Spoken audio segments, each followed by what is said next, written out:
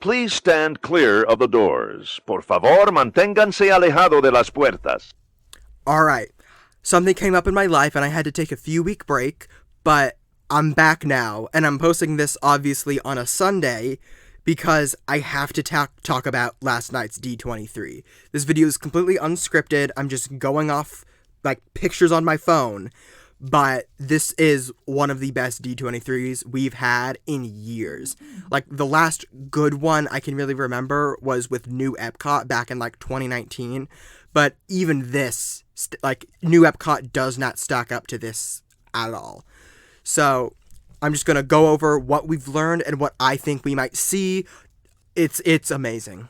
Okay, so I'm just starting off small right now, and just looking at the Zootopia show that is replacing It's Tough to Be a Bug in Discovery Island on Animal Kingdom. We already knew that this was happening, but now we have this new poster, and we see that it is definitely inspired by the upcoming Zootopia 2, and which had a trailer at D23 on Friday night. Also, we've got new concept art for a Spaceship Earth themed little tavern pub type thing. It looks very warm and cozy, but the better and more exciting tavern is the Pirates of the Caribbean tavern. We also knew that this was happening, but now we have more concept art on what it's really going to look like. And from the bartender with his sword out next to the Barker Parrot, it definitely seems like it's probably going to be kind of like Oga's Cantina and Galaxy's Edge with kind of drinks and a show. And since there's a kid right here, we know that it's not going to be all alcoholic. There are going to be beverages for kids. It's going to be an experience that everyone can enjoy. Meanwhile, the Epcot Tavern definitely looks more just themed towards adult. There's no big theming. It's just very futuristic, but warm and cozy. And there doesn't seem to be any kids in the concept art. Definitely something for parents to chillax at. So something else that we knew was coming, but now we have much more information on it, is the Dinoland USA retheme into a tropical Central America. So we see from the entrance, this archway is very Aztec-y, at least I think it is, and that fits with one of the rides in it. But the smaller ride, well, not smaller, but the ride I'm least excited about between the two, is the Encanto ride. We do see that it's taking place in Casita. We go through at least the rooms of one of them. I don't know if it's going to just show the events of the movie.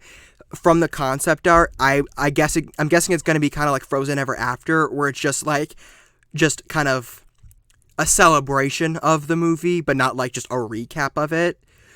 However, Bruno, it does not seem like he is in this concept art, so it could be possibly taking you through the events of the movie, which I am perfectly fine with too. But it does look like a water ride, which I feel like we all could have guessed it was going to be a water ride, but still, I'm always a fan of the log flume rides. Now, the other ride that I'm much more excited for that fits that Aztec look is the new Indiana Jones ride that is replacing Dinosaur. So it'll have the same ride system with the bouncing Jeep type ride system. I don't know the official term, but as you can see from this concept art, it is very Aztec-y, the entrances. And on the inside, we see the Jeep and Indiana Jones exploring and excavating some old Aztec mural god art. I don't know enough about Aztec culture to really know what that is, but I mean, if I could guess, I'm guessing it is a mural depicting their gods. But either way, it looks really amazing, and it definitely looks like it's going to be a very technologically thrilling and fun ride.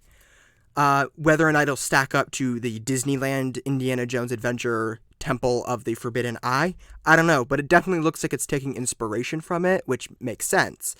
But I'm hoping it's at least as good, but I could easily see it being better, especially with the updated technology.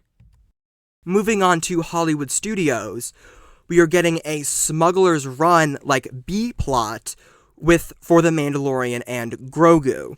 This is for the Mandalorian and Grogu film coming out, which got a trailer shown at D23 on Friday night. And I don't know if it's temporary or if it's just going alongside the release of the movie.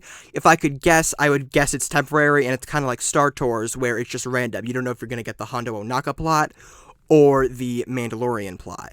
My only question is, how does this affect the pre-show? Like, is the pre-show going to be randomized as well? Which makes me, but like that makes me think it might just be a temporary thing. But I don't know. We'll have to wait and see. I would personally love if it was permanent, but if it's just temporary, I understand. But the much bigger Hollywood Studios news is the new themed land for Monsters, Inc. We see from this concept art, there's like a little Sully-themed slide, which means it's going to have a children's area. And it kind of looks like it's replacing Animation Courtyard, which means that that little children's area could be the replacement for the Disney Junior Dance Along. And we can see down here, you're meeting Mike and Sully. Over here, we see a closer up of meeting Sully. And we see Harryhausen's in the background, which is likely going to be a sit-down restaurant like the Beauty and the Beast restaurant of Beast Castle and Magic Kingdom. And we see these monster ice cream cones, which like shows that even the food is going to be intricately themed, which is always something Disney prides themselves on. But even then, it's just it just looks absolutely amazing. But the best part is definitely the ride. For years, people have been talking about a coaster, a suspended coaster in the door from the door scene of Monsters, Inc. And that is what we are getting. This is the first suspension coaster in a Disney park ever. And it looks very fun, very thrilling, and I could easily see this becoming one of, if not the best coasters or rides in all of Disney World or Disney ever. Obviously, I'm biased towards Disney World, but whatever. And now, the Beyond Thunder Mountain expansion. If you've been watching my videos, you know that this thing has been giving me a headache forever. But now we actually have some information beyond just some in the distance concept art. So first off, we are getting a Disney Villain Land officially. And from the concept art, it looks spectacular. The jagged rocks, this giant waterfall with a bridge down there, the castle on the mountain, another castle back here, Maleficent breathing fire in her dragon form. It definitely looks extremely fun and intricate and honestly kind of like thrilling in like a horror kind of way. We also know we are getting 2 rides with this land. If I could guess, I would be guessing one is related to this Maleficent dragon back here, but I could also see it being a show. And I think either if the Maleficent ride is a ride, then I'm guessing it'll go with this castle on this mountain over here. But if the Maleficent thing is a show, I could see this castle being its own ride. And as for the other ride, I think it might be this castle back here. I can't really tell like whose castle this is, but I mean, I'm guessing this one up here is the evil queen from Snow White. This one could be Maleficent. I'm not fully sure. And we don't know any information on the rides, what kind of rides they will be, what they will be themed around. Will they be all villains coming together kind of rides, or will they be like just themed to their one exclusive movie? I don't know, but it looks absolutely amazing. And there's this crow pretty front and center in the concept art. I'm probably just overthinking this, but the Haunted Mansion has the exact same crow with the glowing red eyes. So is this trying to tell us that Haunted Mansion in some way will kind of come into this? Maybe like will we see Phantom Manor of all things? I doubt that, but I just kind of find it interesting that they put this crow pretty front and center, and it's the exact same crow in the Haunted Mansion, and it's even doing like a similar pose where it's kind of bending over and crowing. So I don't know, that might just be a reference, it might just be a coincidence, but if we do get some Haunted Mansion in the villains area, that would be really cool. But like, does this mean, could it also be trying to say that they're getting rid of Liberty Square and putting the villains there?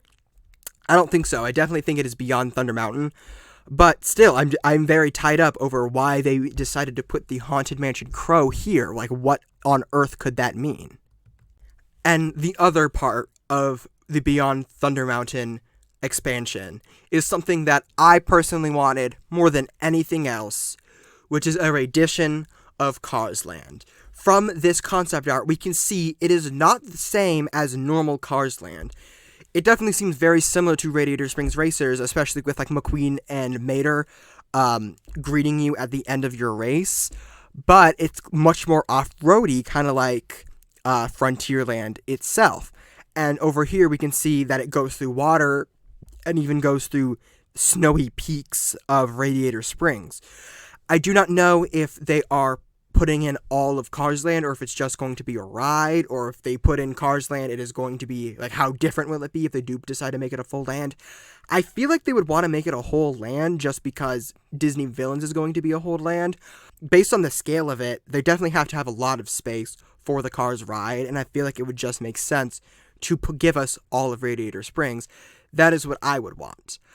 But overall, this D23 was spectacular. We're getting 2, maybe 3 themed lands, a re-theme of a land, and new expansions to rides and new rides all over the place. Like, this any doubt I had of Disney against Epic Universe, it's gone. It looks absolutely spectacular. It looks amazing. It looks fantastic. It's like pure Disney magic. So that's going to be it. Obviously, this was a very odd video because of the unscriptedness, but I just needed to get this video out fast, talking about what I think we might see. But thank you for watching. You will not be seeing a video Wednesday, just I'm counting this as my 1 week video, but you should start seeing a weekly schedule from me once again. So thank you so very much for watching, and have a great rest of your day.